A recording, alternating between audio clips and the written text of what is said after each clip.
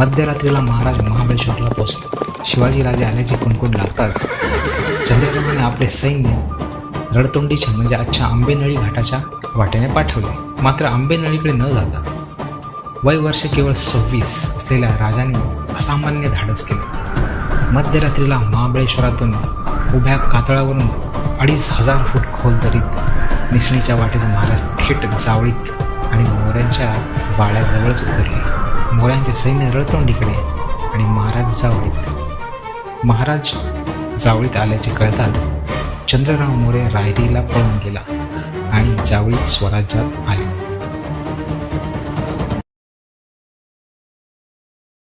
चंद्रराव मोऱ्याचा माज उतरून राजे जावळीच्या घनदाट जंगलात उभे होते आणि समोर पाहत होते तो महाकाय डोंगर.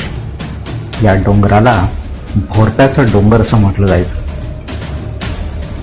या डोंगरावर राजे स्वराज्याचं भविष्य पाहत होते. शिवबा फक्त किल्ले घेत नव्हते तर भूगोलही वाचत होते. भोरप्याचा डोंगर म्हणजे कोकण आणि घाट्यांना जोडणारा एक मोक्याचा दुवा. येथूनच पारघाट, रडतोंडीचा घाट आणि महाबळेश्वराच्या वाटांवर नजर ठेवता येत होती.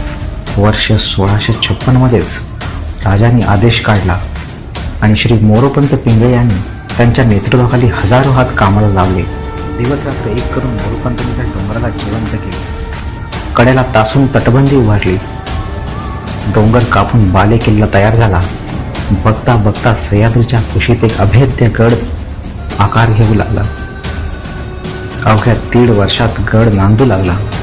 शत्रूला झुंजवण्यासाठी प्रतापगड सज्ज झाला आणि ही वार्ता जाऊन विजापुरात धडकली. विजापुराच्या दरबारात भयान शांतता पसरली होती. 700 सरदारांनी भरलेल्या त्या दरबारात कोणाची नजर वर करण्याची हिंमत होत नव्हती. कारण समोर उभी होती मोहम्मद आदिलशहाच्या मृत्यूनंतर त्याचा मुलगा अली आदिलशहा याला गादीवर बसवून त्याची आई बडी बेगम साहेबा विजापुराची आदिलशाही चालवत होती. तिचा चेहरा रागाने लालबुंद झाला होता. साऱ्या दरबाराला उद्देशून ती म्हणत होती, सारा दरबार आज मुर्दों की तरह चुप क्यों है?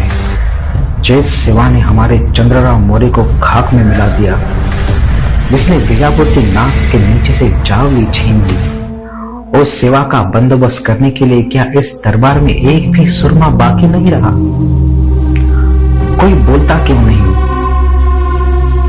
क्या तुम्हारी तलवारों को जंग लग गया है या उस काफर सिवा के नाम से तुम्हारी रूह कांप उठती है? अगर ऐसा ही चलता रहा तो उस नापाक सिवा के हाथ बीजापुर के गिरेबान तक पहुंचने में देर नहीं लगेगी. बडी बेगम साहेबा कडाडल्या.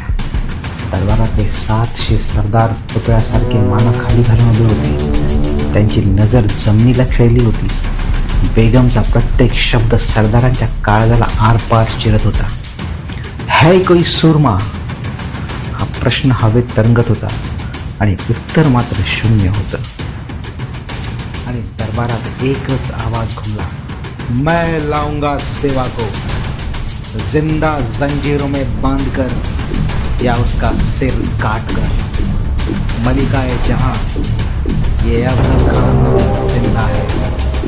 शांत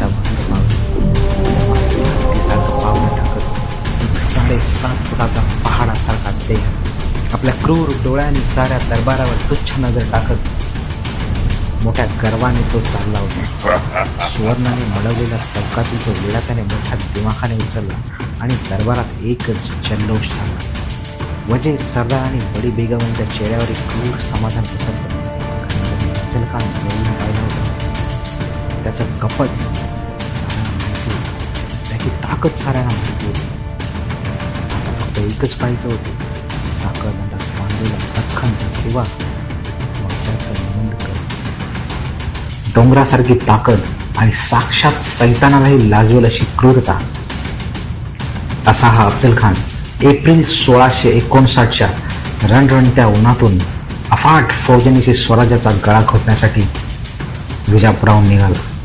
विजापुराच्या वेशीतून काय बाहेर पडत होतं? 12,000चं घोडदळ, वाऱ्याच्या वेगाने रक्ताचा सडा शिंपणारे मारेकरी, 10,000चं क्रूर पायदळ, कपाळावर मृत्यूचं कफन बांधलेले हबशी आणि पठाणी सैनिक, 90 लढाऊ हत्ती, 80 पेक्षा जास्त तोफा, 600 उंट, ज्याच्यावर अफाट दारुगोळा आणि 4 वर्ष पुरेल इतके रसद लागली होती. या अकराळ विकराळ फौजेचं नेतृत्व करत होते विजापूरचे सर्वात भयानक चेहरे खानाचा मुलगा फाजल खान, जो बापापेक्षाही हिंसक होता. विजेच्या वेगाने पट्टा चालवण्यात माहीर असलेला बडा सय्यद, त्याच्यासोबत होते मुसा खान, सिद्दी अंबर आणि फितुरीचे विष पेरणारे काही मराठा सरदार. साक्षात सह्याद्रीलाही घाम फुटावा अशी क्रूरता आणि ताकद घेऊन अफजल खान निघाला. मात्र अचानक त्याने आपला इरादा बदलला आणि महाराजांना मानसिकदृष्ट्या तोडण्यासाठी त्याने क्रूर कारस्थान रचले. विजापुराहून निघाल्यानंतर सरळ वाईच्या दिशेने न जाता खानाने आपला मोर्चा उत्तरेकडे सोलापूरच्या दिशेने वळला. विजापुरातून निघाल्यावर नजर पोहोचेल तिथपर्यंत कर्नाटक आणि महाराष्ट्राच्या सीमेवरची ती रखरखीत मैदानं, एप्रिल आणि मेचं ते ऊन, अंगाची लाही लाही करणारी उष्णता आणि मैलोन मैल उडणारी धूळ. खानाचं सैन्य अविश्रांत चालत होतं. विजापूर ते सोलापूर हे साधारणतः 60 ते 70 मैलाचं अंतर. आपल्या ताफ्यासह रोज 5 ते 6 मैलाचा प्रवास करत केवळ 12 दिवसात खान दौडत तुळजापुराला आला आणि शिवांची लोखंडी खणांना घाब तुळजापूरची बाजारपेठ पेटवून दिली, मंदिरे उद्ध्वस्त केली. त्यानंतर खान वळला तो पंढरपुराकडे. तुळजापूर ते पंढरपूर हे अंतर केवळ 6 दिवसात पार करून खान वेगाने सरकत होता. मे 1659च्या त्या उत्तरार्धात खान पंढरपुराला आला आणि पंढरीच्या वाळवंटात खान थैमान घालू लागला. वाटेत येणारी गावं, मंदिरे, शेती भाती खरं जळत होती. रयतेची अब्रू लुटली जात होती. पुरुष गुलाम होत होते. विहिरीतून विष काढवलं जात होतं. उभीच्या उभी पिकं जळत होती. गावं जळून खाक होत होती. अफजल खान विचारत होता, का है तुम्हारा शिवाजी राजा? अफजल खान मूर्ख नव्हता. त्याला माहिती होतं की जोवर शिवबा सह्याद्रीच्या कडे कपारीत आणि अभेद्य किल्ल्यांच्या आडोशाला आहेत तोवर त्यांना हरवणं शक्य नाही. म्हणूनच त्याने हे युद्ध मैदानातून हलवून काळजाच्या कुरुक्षेत्रावर नेले आणि निश्चयाच्या महामेरूला तो आता मुळासकट झोपावत. पंढरपूर उद्ध्वस्त करून खान फलटण मार्गे वाईला निघाला आणि आता निसर्गही आपलं रूप बदलू लागला होता. जून 1659चा मध्ये खानाला आता शक्य तितक्या लवकर वाईजवळ करायची होती. पावसाळ्याचे दिवस सुरू होत होते. पंढरपूर ते वाई हा 15 ते 20 दिवसांचा प्रवास. पावसाला सुरुवात झाली होती. खानाच्या फौजा वेगाने सह्याद्रीच्या दिशेने दौडत होत्या. फलटण आणि मानदेशाच्या डोंगरांनी खानाच्या फौजांची गती मंदावली. नीरा आणि मानसारख्या नद्या दुथडी भरून वाहू लागल्या होत्या. चिखलात अडकलेले हत्ती आणि पावसात भिजलेला दारुगोळा याने खानाच्या फौजेची दाणादाण उडाली. सह्याद्रीच्या दऱ्याखोऱ्यातून दाट धोके साचू लागले होते. त्यामुळे खानाच्या सैनिकांना समोर जाताही दिसत नव्हता. शेवटी जुलै महिन्याच्या अखेरीस खान वाईला दाखल झाला. खान वाईचा सुभेदार राहिला होता. वाई हे त्याचे जुने ठाणं होते. आजूबाजूच्या प्रदेशाशी तो परिचित होता. तिथेच त्याने आपला तळ टाकला.